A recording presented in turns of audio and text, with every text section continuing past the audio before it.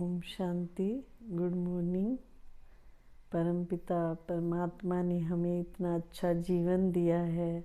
इस जीवन को इतने अच्छे से जिए कि लोग भी देखें तो कहें कि जीवन हो तो ऐसे हो। वो कब होगा जब हमें पता होगा कि हमें इस संसार में रहना कैसे है, बोलना कैसे है, चलना कैसे है, देखना कैसे है। देखो, इंसान जो है, जो मतलब ज्ञान मार्ग में चल रहे हैं, वो भगवान से यही मांगते हैं कि हे भगवान, हमारी मुक्ति हो जाए या हमारी जीवन मुक्ति हो जाए। ज़्यादातर तो लोग गुरुओं के पास नाम लेने भी इसलिए जाते हैं कि हमारी जो है इस दुनिया के आवागमन के चक्कर से मुक्ति हो जाए। लेकिन क्या मुक्ति ऐसे ही हो जाती है? सोचने वाली बात है।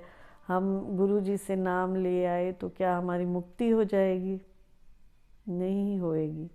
जब तक हम उस परमात्मा को याद नहीं करेंगे और इस संसार में मुक्त रहने के अपने अंदर वो गुणों को धारण नहीं करेंगे तो आत्मा इस दुनिया में चक्कर काटती रहेगी। ऐसे नहीं कि खाली नाम लेने से आपकी मुक्ति हो जाएगी। उस परमात्मा ने ही आकर समझाया है कि कैसे आपको जीवन मुक्ति मिलती है और कैसे मुक्ति मिलती है। मुक्ति पाने के लिए वैसे भगवान जो है सबकी इच्छाएं पूरी करता है। भगवान को कहा गया भोलानाथ, जिसने उससे मुक्ति मांगी उसको मुक्ति मिल जाती है और जिसने जीवन मुक्ति मांगी उसको जीवन मुक्ति मिल जाती है। अब जानने वाली बात ये है कि मुक्ति किसको कहते हैं और जीवन मुक्ति किसको कहते हैं। मुक्ति कहते हैं कि जब इंसान शरीर छोड़ता है और दोबारा उसका जन्म ना हो तो वो ऊपर परम धाम में आत्मा बिंदु रूप में परमात्मा के साथ बैठी रहती है, तो उसको मुक्ति कहा जाता है। और जीवन मुक्ति कहा जाता है स्वर्ग में जाना। जब आत्मा यहाँ विकारों से मुक्त हो जाती है, बिल्कुल गुण अवगुण के भेद से परे आत्मा हो जाती है, और वहाँ देखो सुख ही सुख होता है जीवन मुक्ति में। वहाँ शरीर का भान तो होता ही नहीं है।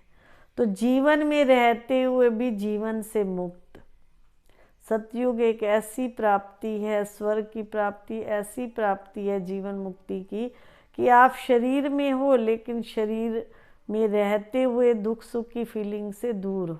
वो सारी प्रारब्ध हमारी यहाँ कलयुग में संगम युग पर ही परमात्मा बनाते हैं। ऐसे नहीं कि अभी ऊपर कोई स्वर्ग है, ऊपर ही कोई मतलब आत्मा जो है मुक्त होके बैठी रहती है। अभी ये ड्रामा की सीन, ये नाटक जो है अभी चल ही रहा है। कुछ भी जो भी जा रहे हैं, शरीर छोड़ के जा रहे हैं, वापस अपने कर्मों के अनुसार इस दुनिया में ही जन्म ले रहे हैं। ऐसे नहीं कि वो ऊपर ही रह जाते हैं, जिसने मुक्ति मांगी तो उसकी मुक्ति हो गई। ऐसे अभी समय ऐसा नहीं चल रहा है। आपने फिल्म देखी होगी तो फिल्म में जिस एक्टर का जब रोल होता है, जब पार्ट होता है, तभी वो आता है। और ऐसे नहीं कि शुरू में ही सबका एक्ट हो जाता है। ऐसे ये ड्रामा जो है, ये सृष्टि रूपी नाटक में जिस आत्मा का जब सीन चलना है, जो पार्ट लिखा है, वो हूबहू वैसा रिपीट होता रहता है। बस ये थोड़ा सा समय ऐसा परमात्मा देते हैं कि इस समय हम रह करके कुछ पुरुषार्थ करके हम अपनी प्रारब्ध बना सकते हैं।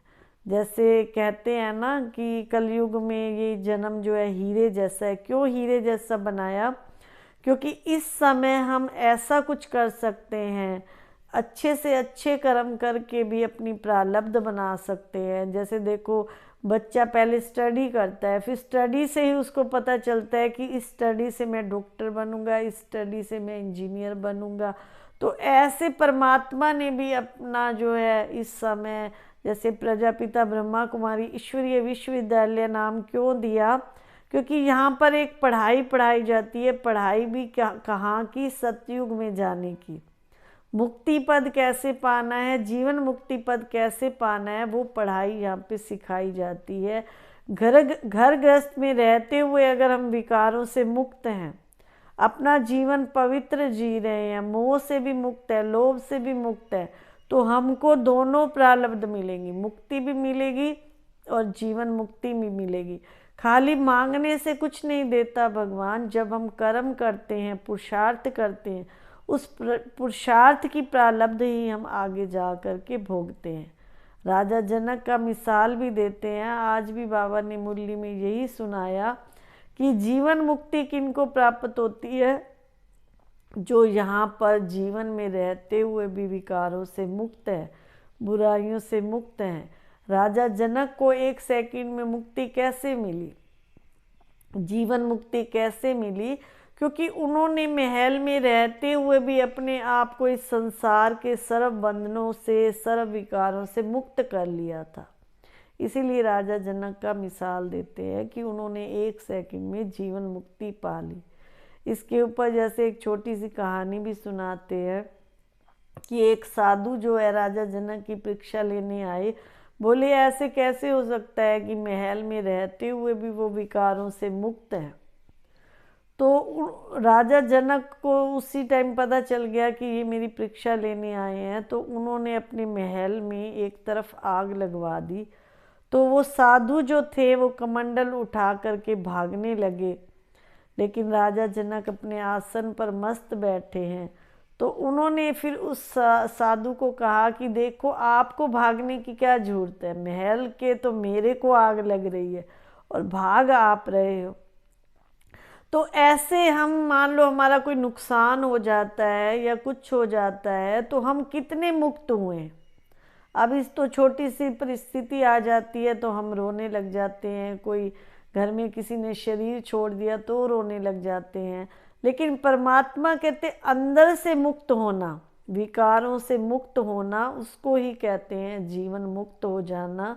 ऐसे जब हम शरीर छोड़ेंगे, अभी हम इस जन्म में यही पुरुषार्थ कर रहे हैं कि ना हमारा तन से मोह हो, ना मतलब पूरे परिवार में रहते हुए अगर आपका किसी से भी मोह नहीं है, नष्टो मोह है, तो आप जीवन मुक्त ही हो। यहाँ संसार में रहते हुए भी आप अच्छा जीवन जी रहे हो, जी भी सकते हैं।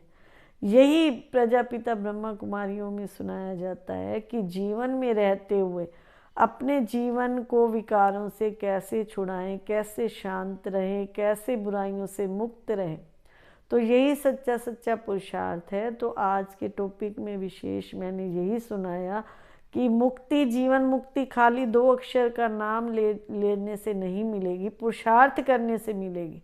अभी वो समय चल रहा है कि आप अमृत वेले उठो, पूरा दिन ऐसा पुरुषार्थ करो कि जो आपकी प्रारब्ध अगले जन्म में बहुत अच्छी बन जाए। तो आइए जुड़िए बाबा के ज्ञान से और अपने आप को मुक्ति, जीवन मुक्ति पद का जो है अधिकारी बनाइए। स्वयं भगवान आकर के अभी जो है हमें ज्ञान शिक्षाएं दे रहा है, जिससे हम अपनी ऊंची प्रारब्ध बना सकते हैं। ओम शांति।